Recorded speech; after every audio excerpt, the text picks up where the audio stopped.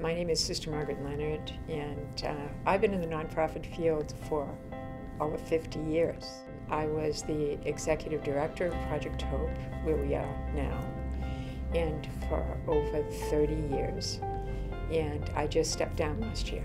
From very early in my life, I was really deeply concerned about the fact that people were living in poverty. And I grew up in a family that was clearly not wealthy, but very comfortable financially. So to see the distinctions between people who are poor and people who have means, and I knew very early on that I wanted to do something that would help families who are poor to gain access to resources and to have the kind of opportunity that many of us have in this country. So I chose to belong to a religious congregation, an international congregation of women who live and work in poverty neighborhoods in 26 countries of the world.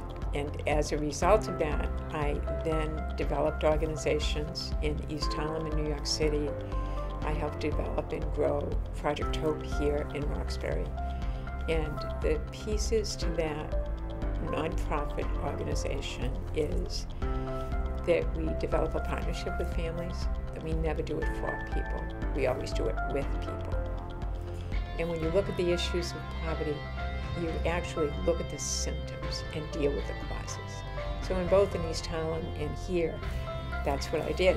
So it means you provide services and support, you provide access to education and training and jobs. You really help families who are living in poverty understand why they're poor.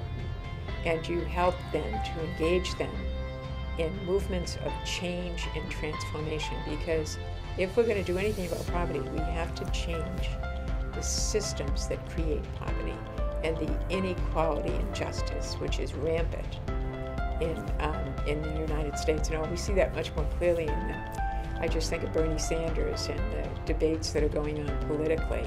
That was how we ran the organization in East Harlem and how we ran it here. And that's what I think is different from the for-profit sector and the not-for-profit sector. Because for the not-for-profit sector, you're looking at causes, you're looking at changing the world. And you're not doing it for people, you're doing it with people.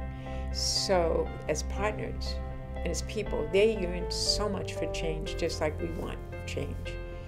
So it calls you to do a number of works of justice and change. It calls you to go to the legislature. It calls you to go to Washington. It calls you to help families, men and women, find their voice so that they can express the real need and be agents of change in their own life.